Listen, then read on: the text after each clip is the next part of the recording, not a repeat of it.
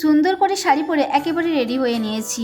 তো মাম্মাম সোনাকেও আমি হচ্ছে যে রেডি করে দিয়েছি। এখন আমরা দুজনে মিলে যাব হচ্ছে যে বাপের বাড়ি। ওখানে হচ্ছে পুজো হয়েছিল, মৎস্য খাওয়াচ্ছে, তো ওখানেই আমরা হচ্ছে যে দুজনে মিলে যাব। হেঁটে তো যেতে পারবো না, অনেকটাই গরম আর অনেকটা দূরও, তো সেই জন্য দেখো সাইকেলে করে একেবারে আমরা বেরিয়ে পড়েছিলাম। তো আমরা প্রথমে গিয়েছিলাম হচ্ছে যে বাপের বাড়ি, ওখান থেকেই আমরা অনেকে এসেছি মৎস্য খেতে। তো দেখো কত লোক হয়েছে, তাই না? আর সত্যি কথা বলতে ঠাকুরের প্রসাদ খেতে কিন্তু ভীষণ পরিমাণে ভালো লাগে আমার। এই সময়টা কিন্তু সব জায়গায় মৎস্য খাওয়ানো হয়, তো সব জায়গায় যাওয়া হয় না, কিন্তু বাড়ির আশেপাশে হলে কিন্তু আমরা অনেকেই যাই দল বেঁধে। তো বেশ ভালোই লাগে, কিন্তু গল্প করতে করতে আড্ডা দিতে দিতে বেশ ভালোই লাগে। রোদের মধ্যেও কিন্তু রোদ লাগে না আর গরমও লাগে না, অনেক আনন্দ করেই আমরা হচ্ছে যে অনেকেই এসেছিলাম মৎস্য খেতে। আমরা যখন সবাই খেতে বসেছিলাম তখন মাম্মাম সোনা বলছে, মা চিকেন দেবে না, মা চিকেন দেবে না।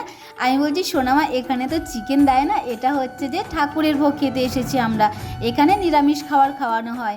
তারপরে ওকে বোঝাতে তখন ও বুঝতে পেরেছে, বলছে ও আচ্ছা ঠিক আছে চলো। সোনামা যখন জোরে জোরে চিকেন করছিল তখন তো আমাদের আশেপাশে যারা বসেছিল তারা না খুব হাসাহাসি করছিল। তো মাম্মামকে বলছে চুপ করো, আমাদেরকে তো একেবারে মান সম্মানে ফেলে দেবে।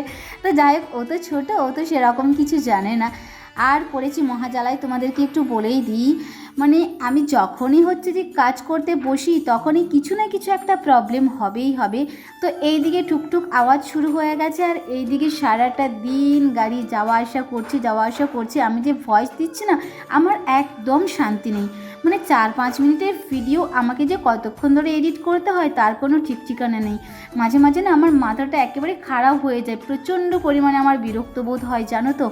তো ছাদের ওপরে গেলে হয়তো ঠিকঠাকভাবে আমি ভিডিও এডিট করতে পারি, কিন্তু ছাদেও যা গরম, সেই জন্য আর একদমই হয়ে ওঠে না। তো যাই হোক চলো, অনেক গল্পই করলাম। আর এখানে দেখো সোনামা হচ্ছে যে জেদ ধরেছে আমাকে হচ্ছে যে ওকে নিয়ে যেতে হবে পার্কে। তো ওকে বললাম যে সোনামা প্রচণ্ড পরিমাণে রোদ দিয়েছে বাবা, আমরা যাব না। ও কিছুতেই আমার কথা শুনবে না, ও বলছে না আমাকে একটু হলেও দোলনাতে আমাকে চড়াতে হবে, তারপরেই হচ্ছে যে বাড়ি যাব। আর এত রোদ দিয়েছে বন্ধুরা, কি বলবো, আমার তো খাওয়া দাওয়ার পর সত্যি প্রচণ্ড পরিমাণে অস্বস্তি লাগছে, মনে হচ্ছে কখন বাড়িতে গিয়ে পাখার সামনে বসবো, তারপরে একটু শান্তি পাবো। আর এই দিকে হয়েছে আমার মেয়েটাও, ওর কোনো গরম নেই, মানে কি বলবো, গরম নেই, রোদ নেই, কিচ্ছু নেই, শুধু চারিদিকে ছুটাছুটি করছে।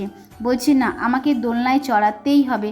ওকে তো আমি কিছুতেই বোঝাতে পারলাম না, ওর শান্তির জন্য আমি হচ্ছে যে ওর পিছু পিছু ধরেছি যে চলো তাহলে তুমি একটু দোলনায় চড়ে নাও, তারপরে হচ্ছে যে দুজনে মিলে বাড়ি যাব। ও বলছে ঠিক আছে, ও তো ভীষণ পরিমাণে খুশি। তা আমাকে বলছে অনেক অনেক ধন্যবাদ মা, থ্যাংক ইউ মা, আমাকে কত যে চুমো দিল কি বলবো বন্ধুরা। বলছে আমার সোনা মা আমাকে নিয়ে এসেছে। ওকে আমি বারবার বলছি ঠিক আছে চলো তুমি দোলনায় দুলে নাও, তারপরে হচ্ছে যে আমরা বাড়ি যাব।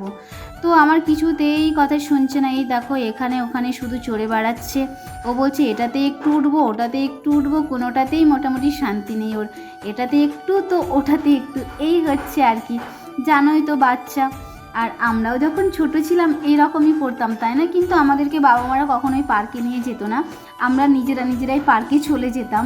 তো তখন একটু বড়ই ছিলাম অবশ্যই, এতটা ছোটোবেলাতেও না, আমাদেরকে তো কখনো কোথাও সেরকম নিয়েই যায়নি বলতে গেলে। এখন যেরকম আমরা হচ্ছে যে বাচ্চাদেরকে পার্কে ঘুরতে নিয়ে যাই, এখানে ওখানে নিয়ে যাই, আমাদের সময়টা না বাবা মারা কোথাও নিয়ে যেত না, জানো তো।